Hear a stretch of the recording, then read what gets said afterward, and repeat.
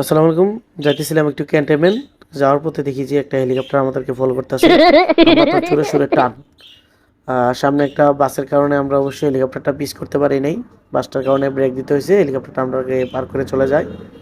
তো একটু পরে সামনেই যেয়ে দেখি হেলিকপ্টারটা আমাদের সামনেই অবতরণ নামতেছে, চরবাকর। তো আমি একটু দাঁড়াই, আমি একটু ভিডিও করি, দেখি কে নামে, আমাদের সাথে কে দেখা করতে আসলো। তো আমাদের সামনে হেলিকপ্টারটা নিচে নামে।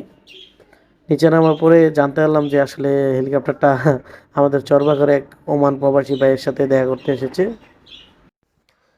আসলে এটা হচ্ছে ওমান প্রবাসী ভাইয়ের কফিল।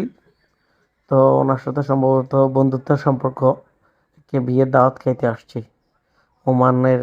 ওনার কফিল আসছে ওনার এক বিয়ের দাওয়াত খাওয়ার জন্য। আসলে মালিক আর ইয়ের ভিতরে একটা কি গভীর সম্পর্ক, ওনাদের বন্ধুত্বের সম্পর্ক। এই টানে উনি ওমান থেকে বাংলাদেশে আসছে ওনার কর্মচারীর এক বিয়ের দাওয়াতে। তো ওনার কফিল আসছে, তো নিচে উনি অপেক্ষা করতেছে ওমান প্রবাসী ভাই। আর বাচ্চারা তো খুব খুশি যে হেলিকপ্টার ল্যান্ড করছে।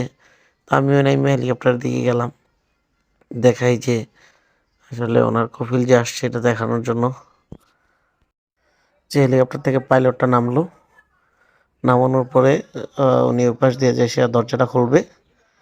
দরজাটা খোলার পরে এই যে ওমান প্রবাসী ভাইয়ের কফিল এটা, উনি ওই পাশে ফুল দিয়ে রিসিভ করার জন্য দাঁড়িয়ে আছে।